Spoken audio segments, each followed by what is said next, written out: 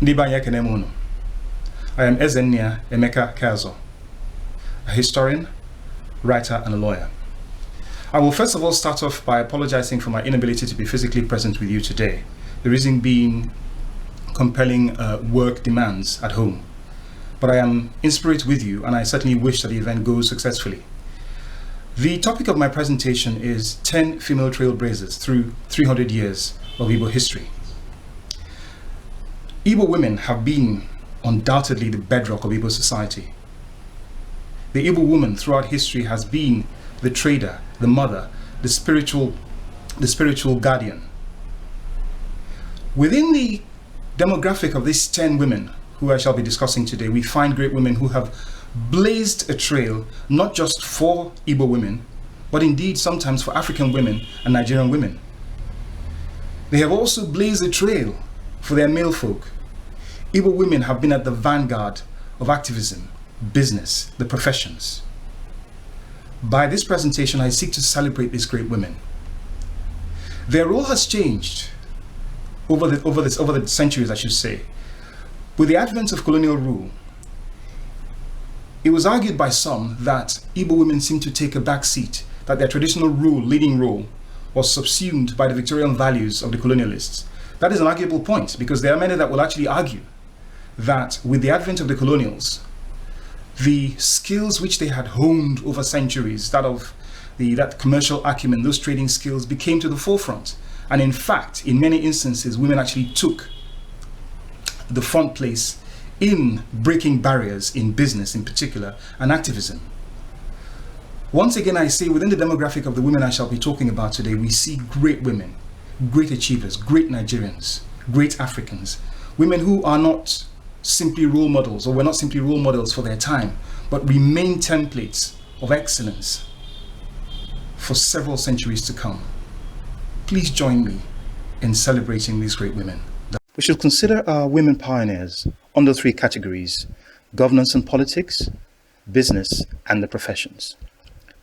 We should start with governance and politics. Our first consideration in the category of governance and politics is Ezennia Emeka Keazor.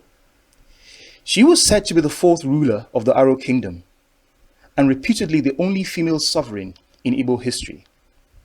She is said to have reigned in the late 17th and early 18th century, and her position was based on both her lineage and her preeminence as one of the kingdom's most wealthy and influential individuals. She ruled over a massive kingdom that actually covered both men and women, because as we shall find later, the Omos of Western Igboland were the queens of the female sector of the kingdoms. However, Ezennia Emeka was actually the full sovereign, governing both male and female subjects in the Aro Kingdom at the time. She was said to have amassed an incredible fortune before her ascension to the throne, based on extensive and successful produce trading, which she continued till her death at about the beginning of the 18th century. Omuwa Boka of Onitsha. She was the daughter of Bachi of Ubendida and an Igala mother. She was born in the mid-19th century, and like most young girls her age, she was schooled in the precepts of trading by her mother. Over time, she became an incredibly wealthy trader, who was once said to have made £10,000 one day at the famous Otuobusi from the sale of ivory. In 1884, she was installed the Omo of Onitsha, or Queen of the Women, much like her aunt, the wealthy and powerful Okuma before her. She was famously a co-signatory of the Royal Niger Treaty of 1884, which was signed by the duly recognized chiefs of Onitsha. Her power extended not just over the women, which her position guaranteed as a head of Onitsha's Otuogene, the Council of Female Elders, but also the Ikburu, all the women of Onitsha. She was famously involved in a political tussle with the then Obi of Onitsha, and Azonwo. The result was that after her death in 1890, no other woman was ever installed as Omo at Onitsha, a circumstance that was said by some to be connected with the consternation of the Victorian colonial officials, concerned at the unwieldy power the females seemed to exercise. Uchenna Ukwu was born in the village of Oloko in present-day Abia State. From infancy, she was the apple of her father's eye, hence her name Uchenna, meaning beloved by her father. Like most other young girls, she farmed and traded on a small scale in palm oil and farm produce. From her teens, however, she displayed a strong independent character and the charisma and intelligence that marked her out as a leader. She became one of the leaders of the women's meeting group at Oloko, in spite of the fact that she was much younger than most of the other members. She took the leads at meetings on burning issues concerning the women, such as disputes between the women and their spouses, market regulations, and any other issues that affected their interests. She was the undisputed live wire and leader of the Oba Women's Protest, or more appropriately, the Oloko Women's Protest of 1929, in which women protested the intended imposition of taxes on them. After the ensuing war, she gave evidence at the Beryl Grey panel of inquiry as one of the women's leaders. She became an active voice in the women's movement in Igboland, famously leading a protest in 1956 against an intended imposition of levies on school children by the then Eastern Nigerian government. We now consider Janet Mokelu and Margaret Ekpo. Janet Mokelu was born at Orifite in present-day Anambra State, and like many Igbo female activists of the 1940s, she was a dutiful wife who was drawn to the vibrant libertarian message of Dr. Azikiwe's National Congress of Nigeria and the Cameroons. In the footsteps of her predecessor Margaret Ekpo, she was an active member of the party's women's wing and later rose to head it. Alongside Margaret Ekpo, she made history by her nomination and membership of the Eastern Region House of Chiefs in 1953. She was alongside Ekpo to further make history in 1961 by her nomination and election to the membership of the Eastern Region House of Assembly, the very first women in Nigerian history to achieve this feat. She went on to serve as Eastern Region Regional Minister of Works in the First Republic, famously overseeing a large number of the substantial construction work carried out by the dynamic government of Dr. Michael Okpara. She continued to be a strong women's activist and political leader till her death. Perhaps the greatest accolade paid her was that from Margaret Ekpo, who described her as a political philosopher and a motivator whose contribution to the development of lawmaking cannot be quantified. She also went on to describe her as not just a woman legislator, but one who was instrumental to the granting of universal adult suffrage to women in Nigeria. Margaret Ekpo. Margaret Ekpo was born in Calabar in 1914 to an Igbo father and an Efik mother. She completed a primary school in 1934 and worked for a time as a teaching assistant in primary schools. She got married in 1938 to a young doctor, John Ekpo, and settled into married life at Aba in eastern Nigeria.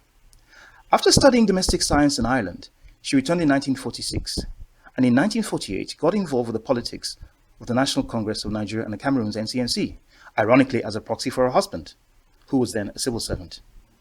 She attended rallies and meetings, often as the only woman, since women did not at that time have the right to vote up till 1950. She, however, immediately began to organize women into informal political meetings. And after the miners' massacre of Enugu in 1914, she was further inspired by the legend Funmilayo Ransome-Kuti, who had traveled to the east to mobilize protest. She became secretary of the Nigerian Women's Union under Kuti and head of the women's wing of the NCNC.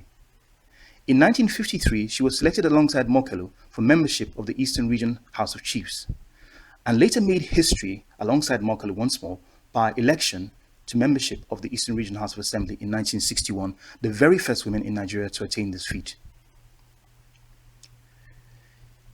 She was re-elected in 1963 and continued throughout the rest of her life as a tireless women's activist and political leader. Dame Virginia Etiaba. Virginia Etiaba was born at Umudim in Nnewi in 1936 and trained as a teacher before her marriage to a legal practitioner and magistrate, Ben Etiaba. She practiced as a teacher till her retirement in 1991 and later became a grassroots women's political leader. This led to her selection as a deputy governorship candidate to the All Progressives Grand Alliance candidate Peter Obi in elections in Anambra State in 2003.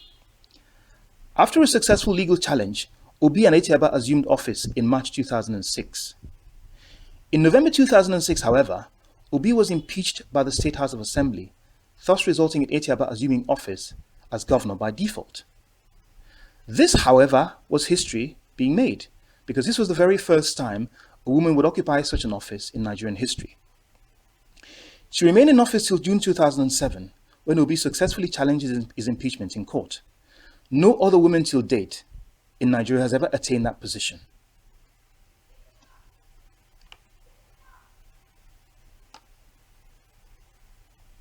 We now go on to our next listing, Women in Industry and Commerce. Omo Okoye was summary.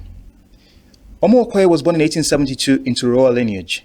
She was married twice, first to Alagua, who later became king of Boni, and later to Opene of Abo. She started out as most women did in trading, and though handicapped by lack of capital, through sheer grit, intelligence, and commercial acumen, she built a massive trading empire. At her later base at Onitsha, where she moved from Atani in the late 1890s. She became one of the most powerful and wealthy female traders in the area, trading with the Royal Niger Company and later importing goods like tobacco, gunpowder, and luxury fabrics. She was also involved in the export of palm produce and other agricultural products. She had agents in most trading centers on the Niger coast, Nigerian and British. She also acted as a currency exchange agent for banks and local traders during and after the First World War. She was by her influence a modern pillar of Western Igbo society, famously performing the opening ceremony of the Onitsha Tennis Club, and was said to have practically sponsored Igwe Israel Iweka's History of Obosi and the Igbos in 1925, the first written history of the Igbos. Her investments included over 20 buildings at Onitsha, several lorries and canoes. She was also an influential financier of the businesses of the emergent trader class in Igboland in the early 20th century. As a result of her stature and integrity, she was installed the Omu of Osomari in 1935, a crowning glory to her lifetime solid achievements as a business and community leader. Stella Okoli. Stella Okoli was born to the family of Modebelo from Newi, and after early education in eastern Nigeria, she was admitted to Bradford University in the United Kingdom, graduating with an honours degree in pharmacy in 1969 and a master's degree from the University of London in 1971. She returned to Nigeria and worked for a period of time with Park Davis, a pharmaceutical company. In 1977, she branched out, forming her first venture, Emzo Chemists, and later established her iconic pharmaceutical manufacturing brand, Emzo Pharmaceuticals, in 1984, which started production in 1985 with 4 generic products. She grew this company into a regional giant from its initial startup capital, 5,000 naira, to a present estimated annual turnover of over $40 million. Okoli is a pioneer and unique amongst Igbo women for being the first to promote and grow a manufacturing concern of this size and influence. She was honored by the Nigerian government with the conferment of the National Awards of Member of the Order of the Niger, MON, and Officer of the Order of the Niger, OON, for her contributions to business. We now consider the third category, the professions. Dr. Priscilla Ada Nzimiro. Priscilla Nzimiro was born in 1923 to Richard and Mary Nzimiro. Her father was the very first mayor of Port Harcourt, and her mother was the very first Igbo female millionaire. She was admitted into the University of Glasgow in 1945 to study medicine, and graduated in 1950, arguably becoming the very first Igbo female university graduate, and definitely the very first Igbo female doctor. She, however, tragically passed away in 1951, cutting short what would have certainly become a record-breaking career. Chichi Nwanoku. Chichi Nwanoku was born in London to Dr. Michael and Mrs. Margaret Nwanoku in 1956. After an initially promising career as one of the UK's most talented young sprinters was cut short due to injury at the age of 16, she dedicated herself completely to the study of the Baroque bass from then on. With the love and encouragement of her parents, she was to gain admission into the prestigious Royal Academy of Music. Against considerable odds, and indeed defying the expectations of some, she graduated 4 years later as best student, winning the principal's prize. Through sheer determination and character, she propelled herself through her career to emerge one of Europe and indeed the world's finest classical musicians. She was later appointed a professor of historical bass studies at the Royal Academy of Music, the very first Nigerian woman and indeed the very first African to achieve this.